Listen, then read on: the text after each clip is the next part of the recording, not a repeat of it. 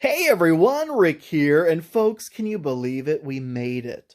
We made it! A week ago, we were unboxing these, and here we go. Folks, happy Free RPG Day, by the way. It is now 4 a.m. on Saturday, Free RPG Day. Now, it was not planned. Honestly, it wasn't that this video would go up on Free RPG Day. Just a happy accident. All right, folks, this is how this is going to work. We're going to do a detailed tour of this dungeon build. Let me just say this now, because this is what I really want to stress here. Every single piece of terrain, accessory, loose weapon, everything you see on this table is a WizKids pre-painted product. I think that's absolutely bewildering. Is that not unbelievably amazing that every single thing in this dungeon is a pre-painted product from WizKids? You can literally go to your friendly local game store. Sure, you'll be dropping some serious cash, but you can... This is not commissioned. Can you imagine how long this would take to 3D print, to paint, to mold with Hirst arts? My God, even Dwarven Forge to get this much stuff and have it shipped to you if it's in stock. But right now, instant gratification. You can drive to your friendly local game store and you can replicate this exact thing. I'm sorry, I know I'm just kind of going off, but this is the point in time that I have been waiting so long for, where I can say that. This is readily available, painted. Bring it home, put it together, and you're gaming the same day in a gorgeous layout like this. Anyone can do that, as long as obviously you have the finances available to do so. Sorry, I'm just hyped. I mean, it's like 4 a.m. and I'm like, when it gets this late, all bets are off. All right, so anyway, you may notice something else. This is going to be a separate video, but I do want to give you just a quick shot because, of course, in the WarLock Tiles haul was Town and Village. So that is Town and Village. Check that video out as well. That's going up today, but this video, folks, is focusing entirely on Dungeon Tiles 1. All right, so if you saw my unboxings, you know I picked up 7, which is exactly what you're seeing right here. 7 Dungeon Tiles 1 sets. And like I said, every accessory piece on this table is WizKids. However, not all of it is from their Warlock line. So some of this is from their Pools and Pillars set.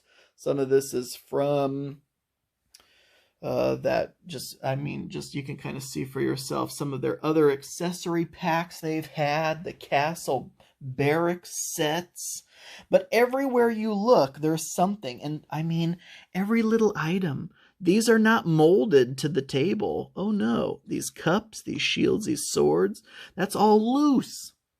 Even the rat in the storeroom is WizKids. Now, this is unpopulated. I didn't put any of the monsters, the denizens of the dungeon in here because, God, it would just take so long to put them in, take them out. But you can just imagine. Now, if you saw my Dwarven Forge dungeon, this is very similar in terms of the kinds of enemies that you might expect to see. I just love classic fantasy. This is not going to be a dungeon where everything is drow or something like that.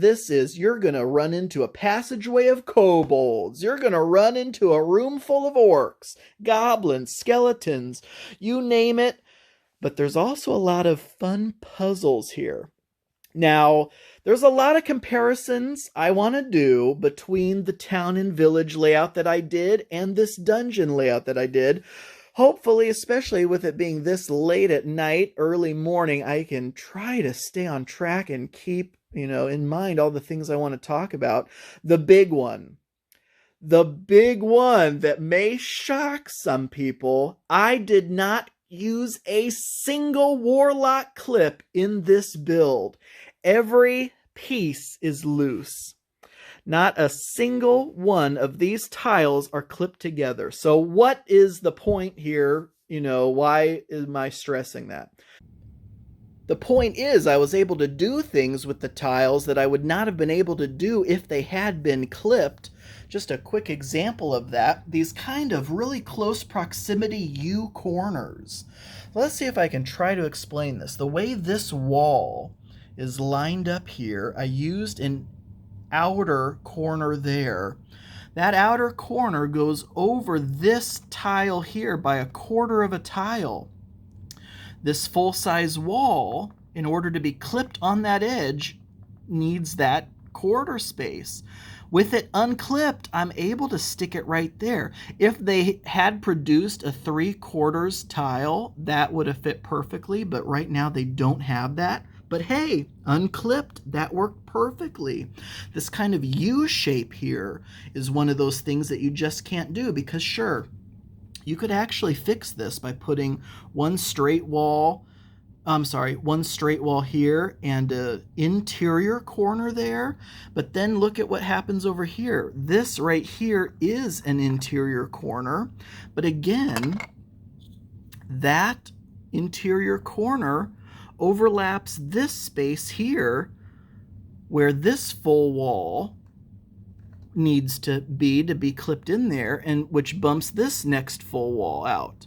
And so the fix would have been an interior corner there, but you can't have an interior corner here and an interior corner there. Something's got to give.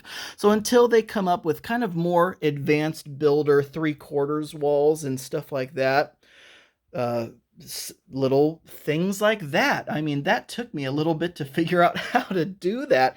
But okay, so when I'm looking at this original layout, I just kind of went organically. I started way back here at the end room. So, I mean, okay, I'm kind of losing track of how I want to like go through telling you all about this. So, it's one of those situations where, yes, for the scenario, I've already told people on social media, don't check this out if you're in the game, because obviously this is spoiler city right here. This is not what a player would see sitting at the table. This is showing you what's in every single room. You would have poster board over some of the rooms to cover them up. Some of these rooms wouldn't even be here. They would... if I had clipped them together, I would lift them up and take them out. I'll have to see if that's something I'm going to do or if I'm just going to cover them up. But anyway, so yes, before anyone asks, yes, oh my gosh, yes, this would be total spoilers. So I put out a fair warning already to avoid taking a peek at that. Okay, so anyway, the final room, I knew I wanted to do something with elevation.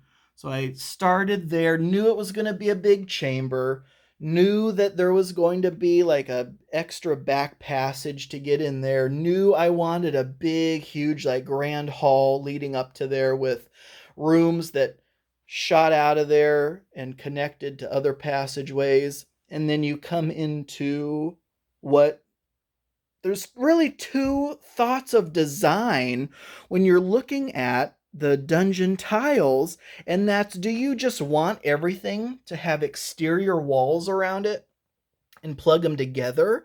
That's fine, but then what's the point of the interior walls? Well then, so I made this whole section mostly interior walls where I just laid tiles out and then subdivided them up into rooms with the interior walls.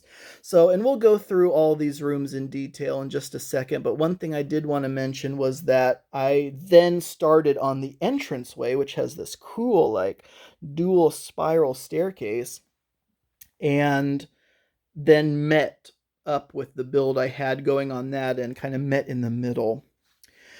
One other thing is I replaced all the interior sliding doors that would have slid right in there with actual doors. So these fully functional doors have spaces for the clips right here. I just put one of those nice flush pieces on there so you don't see those clip holes. But in the dungeon, I still think the knowing if the door is open or not is so important. So I took out all of the interior doors, replaced them all with functional doors. Yes, it does take up part of the square.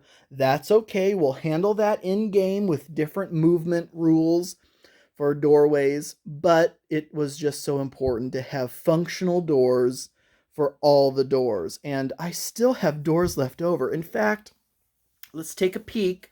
These are all the pieces that I have left over after building the entire town, the entire dungeon. This dungeon took up every single floor tile from Dungeon Tiles 1. Again, I can't remember if I mentioned this. This is 7 sets of Dungeon Tiles 1, and this is every floor in those sets.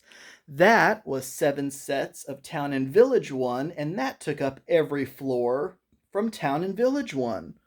So after using every single floor from 14 base sets, here are what the pieces are that are left over.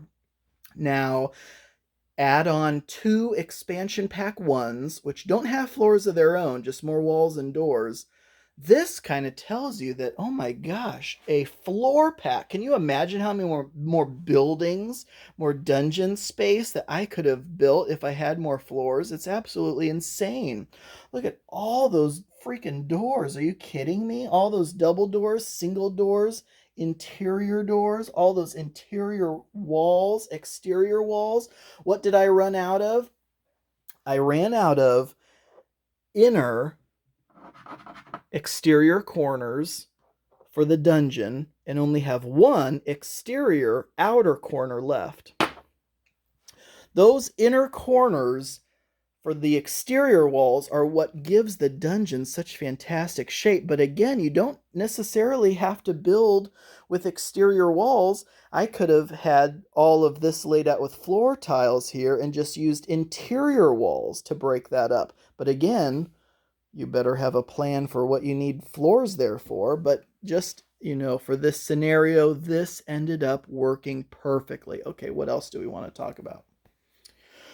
Okay, well, let's start off with the scenario. So, whereas the town and village scenario is definitely more puzzle-based, the dungeon scenario is way more combat-based, but there's still several puzzles, which is just a ton of fun. I had so much fun building this. Just laying out the pieces and knowing I didn't have to clip them was such a relief. I'm going to admit it.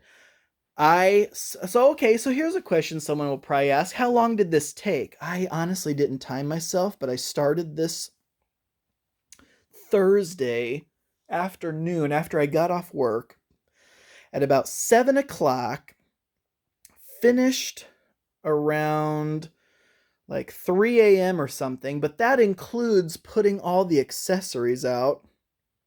And I also had started on that. So I think, honestly, I remember it taking about 2 hours maybe to get the layout down, and then all the rest of that time was just tinkering with it.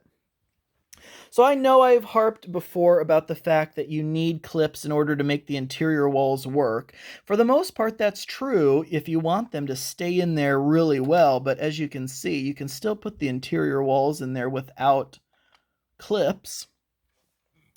Let's take a look. So here's the entrance. Down these double stairways, you have some kind of bizarre monument there, and a portcullis. Now that's not going to open easily. Now, so you have multiple passageways you can choose to go through. One is obviously going to lead you right into the barracks. The other one's actually going to lead you into a dungeon within a dungeon. So inside this door, there's probably a bailiff there, a little waiting area. Through those double doors are all the cells. So this is where, right now, again, they don't have single walls or floors, so these single doors are actually hard to use right now from the doors pack. But if you do something like this, you're able to stick a single door in there. So we have multiple cells, and then again, barracks over here, and a little weapons room back there. And of course, again, this is Spoiler City, so right now you would not actually see this. There would be an interior wall there, and you wouldn't even know there was anything going that way. But just to show you when someone discovers it, yeah, you'll pop that in there. You can have that shut or open either way, but just for demonstration purposes, all the secret doors look like they're open. Passageway has pit traps in it, falling boulders. This is a big clue. Oh my gosh, this poor soul she got herself trapped in this passageway. There's something on that corpse, though, that you're going to need to find. Otherwise, there is no other way out of the jail cell, but there's probably something you would have needed to go in there for anyway. So eventually, you are going to get this portcullis open, and little weapons room in there. Kind of a little, this is where people typically have waited until they were able to get into, I don't want to call it a cafeteria, but it's like, seriously, like a mess hall in this dungeon. And there's a kitchen back in there, and this is actually where the cook lives, in this room there, and there might be something in the cook's journal that you may have needed to find. There's also a storeroom back here with maybe a scroll. So again, the WizKids accessories are fantastic. This is a little thing that someone can find and actually pick up and take with them. And just the tactile nature of that is awesome. Same with that little book. And actually this little lantern too. I just love little details like that. So then you might come through here, and again, these passageways would probably be infested with monsters. You can try to avoid them or fight them. Just like classic little puzzle here. There's two angels. And what do you think you're supposed to do? Maybe rotate the statue so that they both look the same? Well, if you do it like this, oh my gosh, that was the wrong thing to do. No, obviously that woman, that weeping woman, doesn't want to see anything. So her goal would be to have these facing the wall. So the correct thing to do would turn the other one so it's facing the wall. But obviously, turning this one so it's facing out might be the obvious thing, which is what I'm banking on, so that something terrible will happen. Great hall with all these statues. You think this great hall with all these statues is the first time ever that these kind of statues won't come to life and instantly attack? Well, we'll have to find out. But all these little rooms just come to life with not only the accessories, but the fact that you can reverse the floors. So you can have the stone floors or flip them over to the wood floors. And you have this, all this kind of like spooky arcane stuff. Back room, portal, tables and bookcases full of things.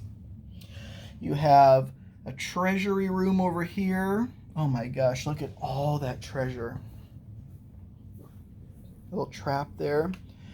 Oh boy. And then, yeah, another passageway. And again, these summoning circles. Absolutely amazing. Change the effect, change the color. Do whatever you want with those. Absolutely awesome. A lot of more corpses there. Little dining room. That's always appetizing when you're right next to like a sacrificial circle. And another room. Oh, is there a scroll up there? Now, I put the scroll up there just for visual appeal now, but this armoire actually opens, and that's where the scroll would be. So overall, I mean, this was just so much fun to build, to put together, and I can't wait to run the adventure. And yeah, again, it was a blast to assemble because, again, this took no clips, not a single clip. Now, I will say, I loved the village assembly as well. I really did, but my gosh, my fingers felt it. Now here, this is not quite as stable, but I don't need to move this around. And if a wall falls over, you just, put it back. But overall, that is Dungeon Tiles 1 Warlock Tiles from WizKids. I'm trying to think, is there anything else I want to call out? folks. If you have any questions or comments, definitely leave them in the comments section. I'll be happy to answer them. I'm trying to think because I know I'm going to be like, Rick, you forgot to mention something as soon as I shut this video down. But I honestly think that's pretty much it. Do I have any criticisms? Honestly, no, I don't. One of my criticisms of the town and village was you couldn't stack the second and third and stuff floors on top of each other, but that wasn't necessary here. I did not do any elevations here either. I thought about putting a trapdoor and then having a separate, like, below level cellar somewhere else, but no, this is all just one level, except for the little thing that I was able to do over here, which I think just looks so gorgeous. It all looks fantastic. All right, folks, that is going to do it. Thank you all so much for watching. I do truly appreciate it. Definitely check out the Town and Village mega build as well. And until next time.